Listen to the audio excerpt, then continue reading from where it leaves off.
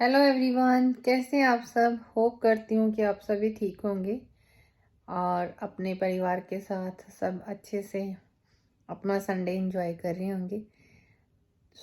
आज मैं जो सबसे बात करना चाह रही थी, वैसे तो मैं लाइक 4 और 5 डेज के बाद बात कर रही हूँ। 2 दिन पहले मैंने छोटा सा क्लिप डाला था जो हम ग्राउंड में रुद्र की प्रैक्टिस पे गए हुए थे, तो ठंड के बारे में बात कर रही थी।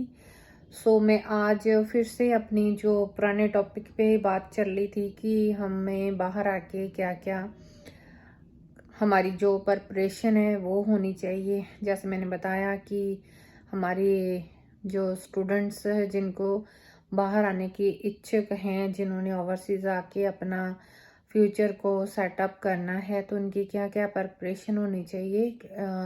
जैसे मैंने ऑलरेडी अपनी वीडियोस में बताया है कि उनको क्या सीखना चाहिए, क्या डिग्री उनके पास होना चाहिए, जहाँ क्या क्या उनको, मतलब मैंने बेसिकली यही बताया है कि उनको प्रैक्टिकली कोई भी काम जो है वो उनको स्टूडेंट्स जो भी ओवरसीज आना चाहते हैं तो उनको कुछ ना कुछ काम जो ज़रूर होना चाहिए।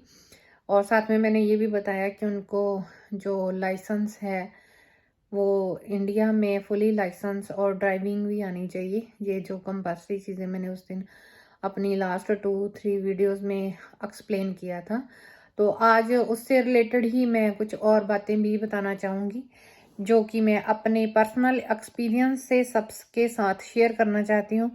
ये वीडियो जो मैं बना के डालती हूँ यूट्यूब पे या फेसबुक पे, या मैं अपने वीडियोस को शेयर करती हूँ या एक्सपीरियंस शेयर करती हूँ, तो वो इसलिए करती हूँ कि जो अवेयरनेस हमें नहीं मिली है हम किसी को दें। अगर 10 बंदे या 20 भी लोग जो मेरी वीडियो देख रहे हैं, तो उनके ऊपर अगर उन 20 में से कोई 10 आना चाहते हैं और 10 बाहर आना चाहते हैं और उन 10 में से कोई 2 बंदे भी प्रैक्टिकल कर लें, तो जो मैं बताती हूँ तो उनके लिए काफ़ी थोड़ा सा इजी हो जाएगा। तो दैट्स वाई मैं ये सारी बातें आप सबसे शेयर करती हूँ। तो आज मैं बताना चाह रही हूँ कि हमारी जो एज है वो कौन सी परफेक्ट है किसी भी कंट्री में जाने के लिए। तो जैसे किसी भी कंट्री आउट ऑफ इंडिया जाना चाहते हैं, यूरोप में जो लोग सेटल होना चाहते हैं, न्यूजीलैंड, ऑस्ट्रेलिया, कनाडा, अमेरिका, कहीं पे भी किसी भी कंट्री में जाना चाहते हैं, तो उनके लिए उनकी जो एज है वो कौन सी परफेक्ट होनी चाहिए। जैसे लाइक हमारे इंडिया में हमारे खास करके हमारे पंजाबी हम लोग जो हैं कि बच्चे जब 10th कर लेते हैं तो उनको मतलब माइंड में आ जाता है कि हमें आइलेट्स करना है, तो उसके बाद हमें बाहर जाना है। पंजाब में स्पेशली काफ़ी इस चीज़ का जोर है। जब +2 कर लेते हैं तो उनको यही लगता है कि आइलेट्स करते हैं तो अभी हमें किसी फॉरेन कंट्री में ही जाना है। तो मैं ये सबसे कहना चाहती हूँ कि 18 से 23 तक की जो एज है, इस एज में हमें नहीं बाहर का रुख करना चाहिए। इस उम्र में जो होते हैं बच्चे इतने ज़्यादा मतलब मेंटली प्रिपेयर्ड नहीं होते हैं और ना ही वो प्रैक्टिकल में इतने परफेक्ट होते हैं, क्योंकि वहाँ पे अभी हमने कॉलेज भी नहीं पास किया, स्कूल पास करने के बाद हम आइलेट्स करने लग जाते हैं और पेरेंट्स भी कोई काम पे नहीं लगवाते हैं कि बच्चे अभी छोटे हैं, थोड़े बड़े हो जाएंगे तो फिर कुछ ना कुछ काम सीख लेंगे। तो इनका जो मतलब उनके माइंड में आता है मेरे दोस्त आइलेट्स कर रहे हैं तो हमें भी आइलेट्स करके बाहर का प्लान कर लेना चाहिए। तो मतलब देखो देखी उसने किया मैं भी कर लूँ, तो उसके चक्कर में जो मतलब 18 से 23 तक का ये मैं इसलिए कह रही हूँ कि अगर तो वहाँ पे बच्चे साथ में स्टडी कर रहे हैं, साथ में काम कर रहे हैं, फिर तो वो मैच्योर हैं। लेकिन जस्ट स्टडी स्टडी ही कर रहे हैं, उन्होंने काम कुछ सीखा नहीं है, तो उनके लिए टफ होता है। सेकंड थिंग इसलिए भी बोल रही हूँ कि इट्स एज में बच्चों को अभी पता नहीं है। जैसे सपोज करो कि कोई 10+2 अगर कॉन्वेंट में जहाँ उन्होंने कोई मतलब इंग्लिश सब्जेक्ट वाले स्कूल में किया है तो उनके लिए इजी है, तो वो पास भी कर लेते हैं और पहुंच भी जाते हैं बाहर, जैसे फॉरेन कंट्री में पहुंच भी जाते हैं बच्चे। तो वहाँ जाके भी वो थोड़ा सा रॉन्ग लाइन में चले जाते हैं। जैसे सबने न्यूज़ में सुना ही होगा कि कनाडा में कैसे हो रहा है कि कुछ अपने जो स्टूडेंट्स बच्चे हैं जहाँ जहाँ वो नए जाते हैं, तो वो क्या कर रहे हैं कि मॉल में कईयों ने चोरियां भी की हैं और कई जो हैं रूड गाड़ियां चलाते हैं, तो जिसके पीछे उनको जो चलान चलान जैसे इंडिया चलान बोलते हैं तो बाहर में बोलते हैं कि टिकट मिल जाती है। तो इंडिया तो चलान मिल जाता है तो आप लोग उसका जुर्माना भर देते हैं, तो कुछ स्टेटस में नहीं रहता। लेकिन हम लोग जब आउट ऑफ कंट्री आते हैं तो हमें अगर एक भी पुलिस की टिकट मिलती है, लाइक हमने कोई रूल ब्रेक किया, स्पीड ज़्यादा की है, जहाँ हमने रॉन्ग कार पार्क की है, तो उससे रिलेटेड हमें जो है वो टिकट हमारे, अगर पुलिस सामने नहीं है तो टिकट जो है हमारे घर पे आती है। क्योंकि यहाँ फॉरेन कंट्रीज में क्या है कि सब कुछ ऑनलाइन है और आप कहाँ पे कार ड्राइव कर रहे हो, कहाँ पे पार्क कर रहे हो, ये सब कुछ सिस्टम में आ जाता है क्योंकि सब कुछ कैमरे में रिकॉर्ड हो जाता है। सो दैट्स वाई जो मैच्योरिटी है हमें आनी चाहिए। कुछ लोग जो होते हैं वो गलत संगत में, कुछ लोग कह रही हूँ क्योंकि सब नहीं ऐसे होते हैं, तो कुछ लोग क्या है कि गलत संगत में भी पड़ जाते हैं। जैसे मतलब आज कॉलेज नहीं गए, किसी दोस्त ने बोल दिया बर्थडे पार्टी में जाना है, किसी ने बोल दिया चलो आज घूम के आते हैं, कॉलेज स्किप कर लेते हैं, तो उसकी वजह से भी फिर उनका जो क्लास में, जैसे हम इंडिया में बोल देते हैं कंपार्टमेंट आ गया, जहाँ वो पेपर में एक में फेल हो गया, तो उसके लिए 5000 से लेके $7,000 तक मतलब स्टूडेंट्स को फिर वो एक सब्जेक्ट का फिल करना पड़ता है। तो ये भी थोड़ी सी मतलब मेच्योरिटी कई बच्चों में नहीं होती, कई तो अच्छे होते हैं, अपने फोकस करते हैं अपने टारगेट पे भी, हमें यहाँ पे हम क्या करने आए हैं। बट कुछ लोग हैं जो कुछ ऐसे करते हैं, इसलिए मैं अवेयर करना चाह रही हूँ। पेरेंट्स को भी ये बात का ध्यान रखना चाहिए कि हमें जो बच्चों की प्रिपरेशन है वो परफेक्टली प्रॉपर तरीके से कर देनी चाहिए।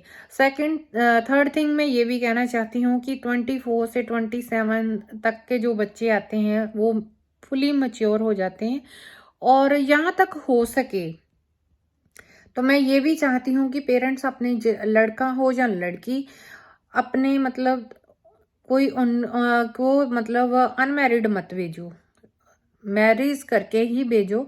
अगर साथ में दोनों का वीज़ा लग जाता है पार्टनर्स का तो वेल एंड गुड है, अगर नहीं तो 6 मंथ के बाद भी लगता है तो वो भी मतलब बाद में भी आ सकता है। लेकिन जो दूसरी ये भी चीज़ कि मैरिज के ऊपर भी मैं कर रही हूँ कि अगर बच्चा लव मैरिज करना चाह रहा है तो उसके लिए पेरेंट्स को प्रॉपरली पहले देखभाल लेना चाहिए। क्योंकि कई बार क्या होता है कि बहुत सारे लड़के लड़कियां यूज थ्रू करते हैं बाहर जाने के चक्कर में, तो मैरिज करके क्यों भेजना चाहिए, अभी ये मैं बात बताती हूँ कि क्यों भेजना चाहिए मैरिज करके। क्योंकि अगर सपोज करो कि बच्चे 20 में अगर बच्चे आ जाते, 2023 के अंदर आ जाते हैं बच्चे फॉरेन में, तो वहां जाके उनको कम से कम 5 to 6 ईयर लग जाते हैं सेटल होने के लिए। सेटल इन द सेंस, अभी तो पीआर काफी जगह पे जैसे न्यूजीलैंड ऑस्ट्रेलिया में तो बंद ही चल रहा है काम, बाकी कनाडा वगैरह का तो अभी इतना पता नहीं है, वहां पे भी अभी बंद वाला ही हिसाब है। सो बच्चे जब 23 या 22 में आ जाते हैं, उनके वो अनमैरिड होते हैं, तो काफ़ी बॉयफ्रेंड गर्लफ्रेंड बाहर बनने शुरू हो जाते हैं। तो जो वो थोड़ी बहुत सेविंग करते भी हैं काम करके, तो उनका वहाँ पे खर्च हो जाता है, तो इस चीज़ से भी वो कमज़ोर पड़ते हैं। और थर्ड थिंग ये है कि जब वो इतनी एज में आते हैं तो फिर उनका जो स्टडी के ऊपर तो फोकस थोड़ा बहुत होता है, थोड़ा बहुत घूमने फिरने में चला जाता है। तो फिर जब 2 साल की 2 ईयर की स्टडी के बाद उनको फिर 2 ईयर का वीज़ा लगता है, फिर 3 ईयर का वीज़ा लगता है, तो पीआर जो है, और पीआर की वेट करते करते 7-8 ईयर उनके ऐसे ही चले जाते हैं। ये रीज़न है कि मैं बोल रही हूँ कि बच्चे जो हैं जहाँ पे मतलब किसी भी कंट्री में अगर जाना चाहते हैं तो उनको पहले 24 से 27 की एज में मैरिज करके अपने पार्टनर के साथ ही किसी मतलब कंट्री में जाने का डिसीजन ले। एक तो पार्टनर की सपोर्ट हो जाती है, अगर हम दूसरी कंट्री में जाते हैं तो हमें किसी और के ऊपर डिपेंड नहीं रहना पड़ता, हमें अपना मतलब पार्टनर की हमें सपोर्ट मिल जाती है। तो इंसान जो है अकेला अकेला नहीं रहता, उसको मतलब दूसरे बंदे के भी, हमारे अपने जो पेरेंट्स की मतलब चॉइस से हम लोग शादी करके आते हैं। जहाँ कुछ लोग लव मैरिज भी परफेक्ट होती है, बट 80% तो रॉन्ग ही होती है वैसे। तो ये चीज़ है कि मैरिज करके आना चाहिए और अपने पार्टनर के साथ ही आना चाहिए, और साथ ना हो सके तो जैसे 5-6 मंथ या 1 ईयर के अंदर अंदर अपने पार्टनर को बुला लेना चाहिए। क्योंकि अगर आप अनमैरिड आते हो तो आपकी जो पार्टनर है उसको फिर आने में मतलब जब आप 6-7 ईयर के बाद सोचोगे तो आपकी एज 28-29 के करीब हो जाएगी। तो फिर इसके चक्कर में जल्दी से कोई परफेक्ट जो कि रिश्ता कहते हैं वो भी नहीं होता है। काफ़ी सारी चीज़ें हैं जिनको हमें सोच समझ के करना चाहिए। तो इसलिए मैं ये चाहती हूँ कि सभी लोग जो हैं वो इस बात के ऊपर ध्यान दें कि अपने आप को कैसे परफेक्ट करना है। तो कुछ चीज़ें हमें अपने अंदर चेंजेस लेके आने चाहिए, जो कि हमें आने वाले टाइम में जो हम बाहर जाते हैं किसी भी कंट्री में, तो हमें जो वहाँ पे सेटल होने में हमारे जो सहायक सिद्ध हों।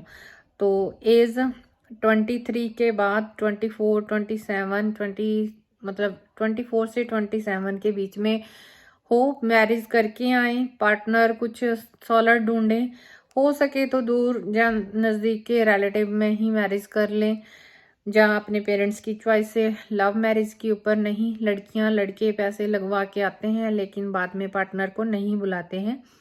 और जैसे अभी थोड़े दिन पहले हमारे न्यूजीलैंड में भी एक लड़की की डेथ हो गई, 28 ईयर की थी। तो उसका तो बेचारी का कोई कसूर नहीं था, चलो कार एक्सीडेंट में हो गया। लेकिन जो कनाडा में हुआ, 22 ईयर के या 23 ईयर के बॉय थे जो सेल्फी के चक्कर में या वीडियो के चक्कर में पानी के अंदर अंदर जाते रहे, तो फिर पानी उनको अपने साथ ही ले गया। बहुत बुरा हुआ, ऐसा भी नहीं होना चाहिए था। लेकिन हमारे लोग भी कहना नहीं मानते हैं। कई बार हमारे यहाँ न्यूजीलैंड में भी ऐसा हुआ है, 2 ईयर बैक 2-3 लड़कों की ऐसे डेथ हुई है कि वहाँ पे लिख के भी लगाया है कि यहाँ पे पानी कभी भी ऐसे बढ़ सकता है, तो नहीं आना चाहिए हमें आगे। लेकिन बच्चे जो है कहना नहीं मानते, फिर भी अपने ओवर कॉन्फिडेंस में आगे चले जाते हैं और पानी उनको बहा के लेके जाता है। पानी और आग ये दोनों मतलब हमें पूछ के हमारे पास नहीं आएंगे, ये कभी भी आगे जा सकते हैं। इसलिए मैं सभी से, पेरेंट्स से भी ये रिक्वेस्ट करना चाहूँगी कि अपने बच्चों को, आपने ड्रीम देखा है फॉरेन में भेजें। बहुत बहुत अच्छा है किसी भी कंट्री में जाके अपने बच्चे, आपके बच्चे, सबके बच्चे जो हैं सेटल हों। तो उसके लिए हमें जो है बच्चों को, अगर बच्चे भी कहना नहीं मानते पेरेंट्स का, तो बच्चों को भी कहना मानना चाहिए। पेरेंट्स उनको समझाते रहें टाइम टाइम पे, और साथ में उनको प्रिपेयर्ड भी करते रहें कि हमें आगे आपकी लाइफ जो है वो कैसे आपको स्ट्रॉन्ग करनी है। तो इसलिए कि अपने आप में प्रॉमिस कीजिए, जिन्होंने भी अपने आप को फॉरेन में सेटल करना है, हर चीज़ की तैयारी पहले से ही करें। जैसे अभी तो मैंने पहले, जैसे अपनी पहले वाली वीडियोस में बताया है कि अभी तो इमिग्रेशन क्लोज हैं, अभी तो ओपन नहीं है। लेकिन जब भी ओपन होंगी तो वीज़ास तो लगेंगे, क्योंकि सब कंट्रियों में ज़रूरत है पीपल्स की, लोगों की ज़रूरत है काम करने के लिए। हमारे न्यूजीलैंड में भी ज़रूरत है, ऑस्ट्रेलिया में भी ज़रूरत है, एवरी कंट्री में ज़रूरत है। बट प्रॉब्लम यही है कि अभी तक जो कोरोना है इसकी वजह से बॉर्डर जो है क्लोज हैं, तो नहीं हो रहा है। बट हमारी जो प्रिपरेशन है वो होनी चाहिए। एज हमारी 24 से 27 तक मैरिज करके आए। लव मैरिज के चक्कर में ना पड़े कि लड़की को हम आइलेट्स करवा देते हैं तो वो हमारे लड़के को ले जाएगी, या लड़का सोचे कि मेरी गर्लफ्रेंड है मैं उसके ऊपर इन्वेस्ट कर देता हूँ वो मुझे बुला लेगी। तो नहीं, देखिए मैं सभी लड़कियों को तो नहीं कहती, बट मेरे देखने में भी और हमारे आसपास काफ़ी ऐसे केस हुए हैं कि जो लड़कों के पैसे लगवा के आती हैं लेकिन बाद में लड़कों को बुलाती नहीं है। अगर बुला लेती हैं तो उनके साथ नहीं रहती, कोई ना कोई उनके ऊपर ब्लेम लगा के पुलिस को अरेस्ट करवा देती हैं और उस बेचारे का फिर वीज़ा नहीं लगता, एक्सटेंड नहीं होता, जहाँ तो वो ओवरस्टे होता है, जहाँ वो अपनी कंट्री को वापस उसको जाना पड़ता है। तो सोच समझ के जो भी स्टेप लें, सोच समझ के लें और ये तैयारी ज़रूर रखें अपनी कि काम तो सीखो कुछ ना कुछ, साथ में ये भी ज़रूरी है कि इतनी हल्की एज में ये, क्योंकि ये उम्र समझने सोचने के बाहर है, जैसे आज का टाइम चल रहा है, तो उसके अकॉर्डिंगली अपने आप को प्रिपेयर्ड करना चाहिए हमें कि हमें आगे चल के क्या क्या मतलब टफ टाइम आ सकते हैं, हमें क्या क्या प्रिपरेशन होनी चाहिए कि हमारा जो फ्यूचर है वो सिक्योर हो सके और हम अपनी लाइफ में आगे बढ़ सकें। तो इसलिए जो मैंने बताया कि एज 24 से 27 तक, 28 भी चलेगा, मतलब अंडर 30, बट मैरिज करके आए तो अच्छा रहेगा, क्योंकि फिर अगर बच्चे 22, 20, 23 में आते हैं तो उनको 7-8 ईयर लग जाते हैं। मतलब पहले तो इतने लग जाते थे पीआर होने में, अभी तो जैसे न्यूजीलैंड ने तो पीआर बंद ही कर रखी है, अभी ओपन नहीं कर रहे हैं, तो कईयों को 10-12 मतलब 10 से 12 ईयर भी लग जाते हैं। तो मैरिज करके आए होंगे तो कोई प्रॉब्लम नहीं, कोई इश्यू नहीं है, तो पार्टनर साथ में ही आ जाते हैं। तो ये मैं अभी न्यूजीलैंड की बात नहीं कर रही हूँ, क्योंकि यहाँ पे तो पार्टनर को बुलाने के लिए भी बहुत ज़्यादा प्रॉब्लम है, मतलब बहुत ज़्यादा रिक्वायरमेंट है। 12 मंथ उसके मतलब पार्टनर के साथ स्पेंड किए होने चाहिए और बहुत ज़्यादा रिक्वायरमेंट है। बट सही एज मतलब थोड़ी मैच्योरिटी बच्चों में होनी बहुत ज़्यादा ज़रूरी है, तभी वो अपने अपने आप को आके किसी भी कंट्री में जाते हैं तो संभाल पाएंगे। हल्की एज में जल्दी में डिसीजन ना लें। कोई बंदा किसी से जेलस नहीं होता है, कोई अगर किसी को समझा रहा है कि ये चीज़ आपको आपके ऊपर डिपेंड करती है, कि अगर कोई आपको गाइड कर रहा है तो उसको फॉलो ज़रूर कर लेना चाहिए, क्योंकि अगर किसी के पास कुछ एक्सपीरियंस है तभी तो कोई हमसे शेयर कर रहा है ना। सो इसलिए मैं सभी से रिक्वेस्ट करना चाहूँगी कि बाहर आने का ड्रीम भी देखें, आएँ भी ज़रूर, और उसके लिए प्रिपरेशन ज़रूरी है। सो थैंक यू गाइस, अपनी प्रिपरेशन जारी रखिए। जब भी कोई नया रूल या कुछ भी आता है, हमारे यहाँ पे 1 जुलाई को रूल चेंज हुआ है, वो मैं कल वाली वीडियो में बताऊंगी कि क्या रूल चेंज हुआ है। सो सब हंसते रहें, मुस्कुराते रहें, अपने परिवार के साथ खिलखिलाते रहें। So good night, see you again next video में।